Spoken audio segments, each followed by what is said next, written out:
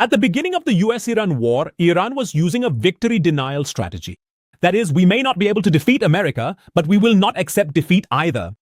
In 2 weeks, Iran did not concede defeat. Instead, it pushed America back. But in the last 24 to 48 hours, Iran has written a new chapter in the book of war strategy. Today, Iran is overpowering America.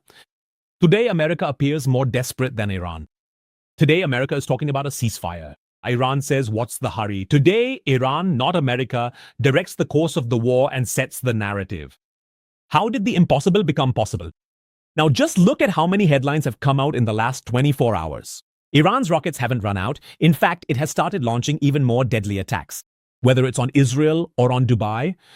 Meanwhile, in the Strait of Hormuz, 3 different ships have been set on fire.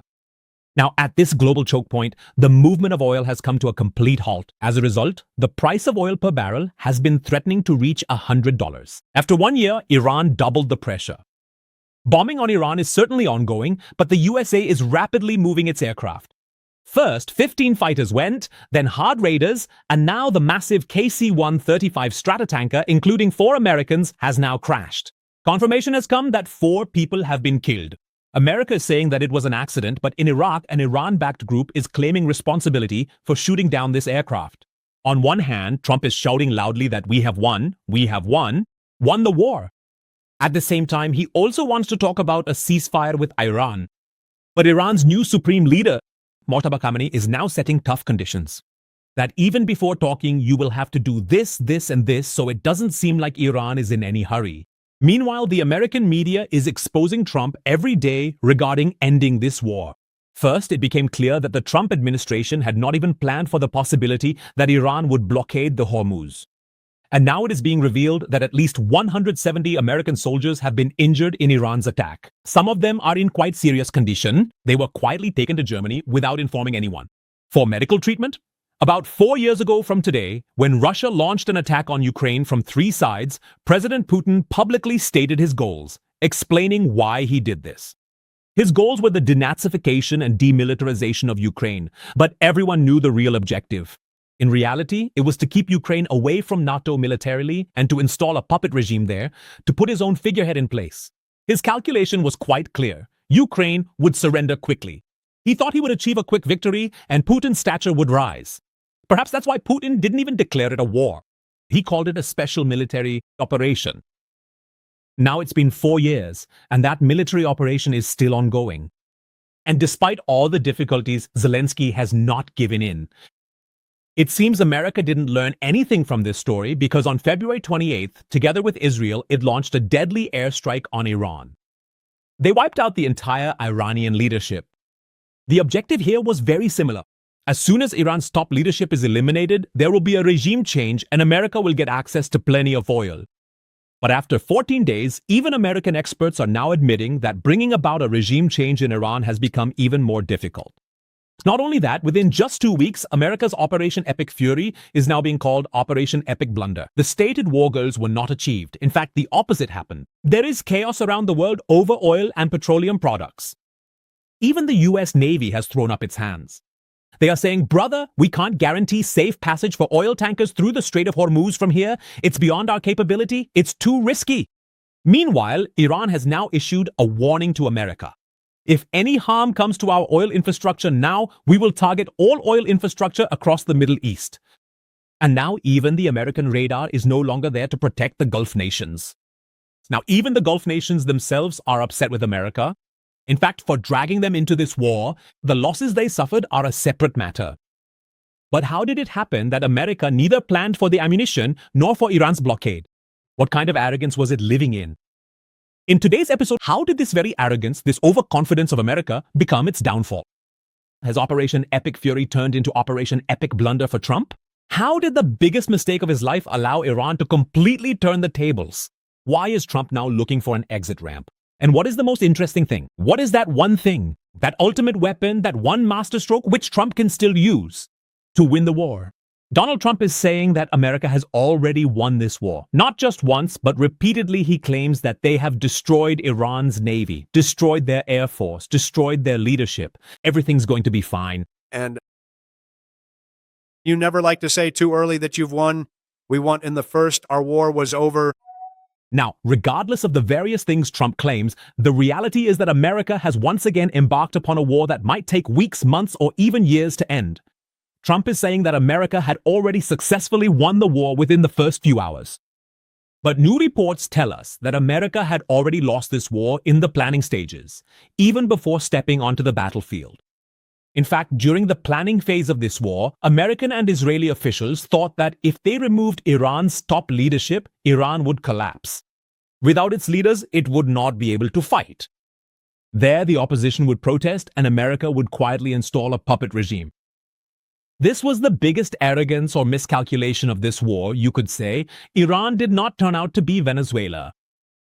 But an even bigger mistake was the planning, or rather, the lack of planning regarding the Strait of Hormuz, with multiple leaks from the White House. Leaks? You are confirming that Trump's National Security Council did not take Iran's capability seriously at all. It can shut down the Strait of Hormuz.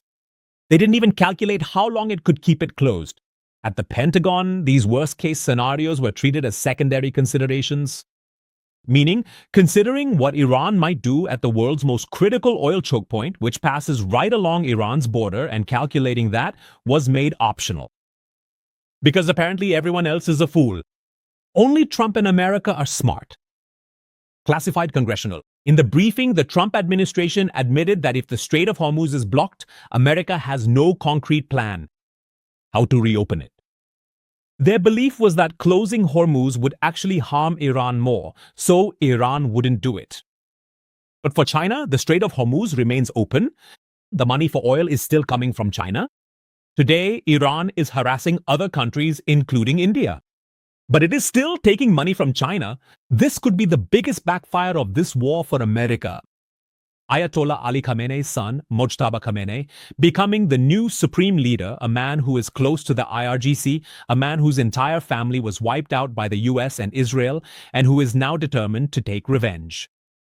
In his very first address, he made it absolutely clear that he will not bow to American pressure. At the same time, the Gulf nations have been given a direct warning to immediately remove American bases from their territories, or else they will continue to be targeted. Iran may not be able to confront America directly, but it is working to break America's financial backbone. It is trying to sow discord among America's allies. It is targeting America's interests in the Gulf. For example, when America targeted Iran's bank, Iran put all American banks in the Gulf on notice, warning them to be ready for missile attacks. There was chaos in the financial sector. The most important thing is that Iran is not playing defense in this war, but offense. You can clearly understand this from the Iranian president's ceasefire conditions. Do you think this country is going to back down? Listen to the conditions they've set. Even if you want to negotiate, first you must do these three things. Number one, you have to recognize Iran's legitimate rights. Basically, it means that we have the right to develop our peaceful nuclear capabilities. The second condition is that war reparations must be paid. That means the damage Iran suffered because of the war will have to be compensated by America. Condition number 3 is firm international guarantees against future aggression, and those guarantees must be in writing. The Iranian military is nothing compared to America's, but even so, look, it is negotiating with America from a clear position of strength. If its demands are met, that's fine. Otherwise, the new supreme leader has already announced that he will definitely avenge the blood of the girls killed in Manab. So basically, making America back down inside Iran is an old story now. Today, Iran is saying there will be no compromise, no negotiation. If Iran's demands are met, that's fine. Otherwise, Iran is ready to open this war on a new front. A front that even Uncle Trump never imagined. The most epic blunder of Operation Epic Fury isn't on the war front. It's on the global economic front. After the closure of Hormuz, oil prices have reached nearly $100 per barrel. Tankers are unable to operate. Shipping companies don't want to put their people and assets at further risk. Gulf nations, which are already being targeted, are now reviewing their sovereign wealth funds. 3 major GCC economies, Saudi Arabia, UAE, and Kuwait, have started reviewing their trillion-dollar investments in America. If this happens, if they start pulling their money out of the American economy will fall into an even deeper crisis. The US military has also informed the shipping industry that it is unable to escort Navy tankers. The Energy Secretary herself confirmed on CNBC that the American Navy is not ready. Military assets are all engaged in offensive operations. Destroying Iran's capability is the priority right now, not defensive operations like protecting trade routes. Meanwhile, the ships that were still trying to cross the Hormuz were set on fire by Iran. And it's not just the Hormuz. Iran has also made it clear that they will block any alternative routes as well. Now, in the midst of all this, what is the Trump administration doing? In desperation, steps are being taken that you would never have imagined before. For years, sanctions were imposed on Russia, and because of that, tariffs were forced upon India. Now the whole world is being told, go ahead, buy oil from Russia, the same Russia that is fighting against America in Ukraine and providing information to Iran against America. Now, because of this war, Russia will be able to sell 130 million barrels of oil in just 1 month and make a huge amount of money. Of course, it's a different matter that the capacity to process this oil is not unlimited around the world. The refineries around the world are optimized to refine metallist crude, and this solution only partially solves the core problem. This is not a complete solution. According to Reuters, anger against America is now rising even in the Gulf states. Because even though this war may have been started by the US or Israel, it is the Gulf states that are suffering the most damage from it. They are unable to sell their oil and gas. According to a report by the Financial Times, there has already been a loss of $15 billion. Remember, these are the states that have been outsourcing their security to America for years, that have relied on US protection, and now the US is unable to protect their airports, sports, oil, and other installations. And it is no secret that America is so heavily focused on protecting Israel. So much so that it cannot even protect Gulf nations from any missile attacks. It simply cannot focus its attention in that region. People there can see this difference. Iran has understood two things here. First, that it has been enduring sanctions for decades, so this economic turmoil is not going to trouble it much. The economic flux that's happening, the market is collapsing. Their condition was already bad, but the world won't be able to endure this war for more than a few months. Iran has understood this. Secondly, today Iran has both a geopolitical and geographical advantage. After the attack by America, in which Iran's leadership, civilians, and even young girls were targeted, today there is no one in a position to stop Iran, nor is anyone in a position to negotiate with them. And if Iran itself decides to stop this conflict, then Israel and the United States will once again have the necessary time to prepare more advanced weapons and attack Iran once more. That is why Iran wants a permanent solution to be found here so that America can be driven out of the region entirely. If someone had predicted 2 weeks ago that America would be calling for a ceasefire and Iran would be refusing, you would have laughed, and so would I. But one thing I have learned from war, whether it's Ukraine or Iran, is that you should never underestimate any power. That big mistake which America made. And another thing is that the pot of lies America has been filling is now overflowing. So many planes have been lost. Those 3 F-15S that went down were due to friendly fire. The KC-135 was a mid-air collision, and the MQ-9 high-tech drone crashed due to a technical malfunction. By the way, the IRGC has also claimed that their ballistic missiles have hit the USS Abraham Lincoln. America has repeatedly denied this, but the truth is that Iran has put America in a situation within just 2 weeks that it could never have imagined. Almost all American bases in the Middle East have now been attacked. More than 150 to 170 American soldiers have been injured, and the deaths of 12 have been confirmed. In just the initial days, America has already incurred expenses of over $20 billion. In addition, the air defense systems and billion-dollar radars have been damaged and are now out of action.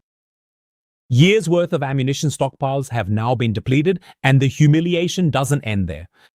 Iran's foreign minister is tweeting to inform the world that Iran had recently offered 9 nuclear weapons to America. But Donald Trump's son-in-law, Jared Kushner, couldn't understand the deal, because understanding this deal was beyond his capability. Trump has filled his administration with such unpredictable individuals that Iran's government seems more stable and more sensible in comparison. Perhaps that's why Trump now wants to get out of this complicated quagmire. Trump has repeatedly said in various media interviews that the war will finally end soon. This is a short excursion. However, he hasn't given any timeline. On the other hand, Israel, which wants a little more time to win this war, knows that Trump is facing increasing domestic pressure. Republicans have now started to worry about the midterms. Americans are already troubled by gas prices, and with the war continuing every day, the cost of war for America is going to increase. Now, the growing concern is that, out of desperation, America and Israel might do something highly unpredictable. As Trump is becoming increasingly unpopular due to the Iran war, his administration has started discussing the possibility of a probable terror attack.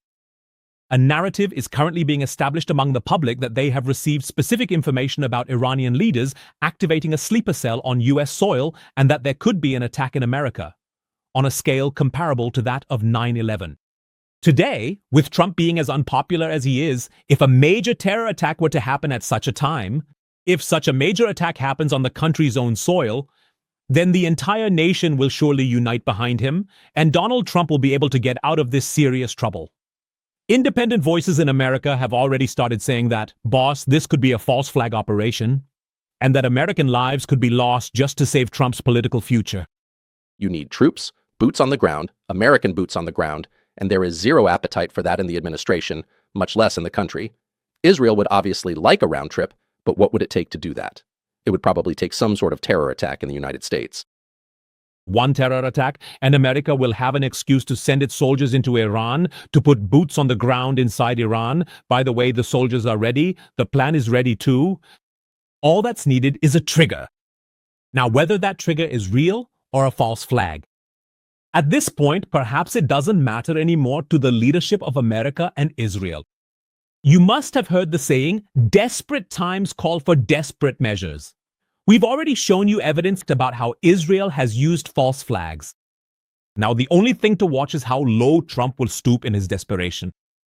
History is full of examples where a country's leadership, out of overconfidence, has severely underestimated another country. But the result of this miscalculation is always the same: humiliation, an economic disaster, and a brutal war whose duration no one can predict. And looking at Trump, it doesn't seem like he is going to quietly accept his defeat or withdraw from the stage like a mature adult. His statements on Truth Social are becoming increasingly desperate. Now he's started making all sorts of nonsensical statements. He's even started threatening the Iranian team that's coming there to play in the World Cup. In yet another social media post, he is seen openly celebrating the killing of Iranian people. To expect that someone like this individual would quietly accept defeat and withdraw might be a bit too optimistic for most of us to believe.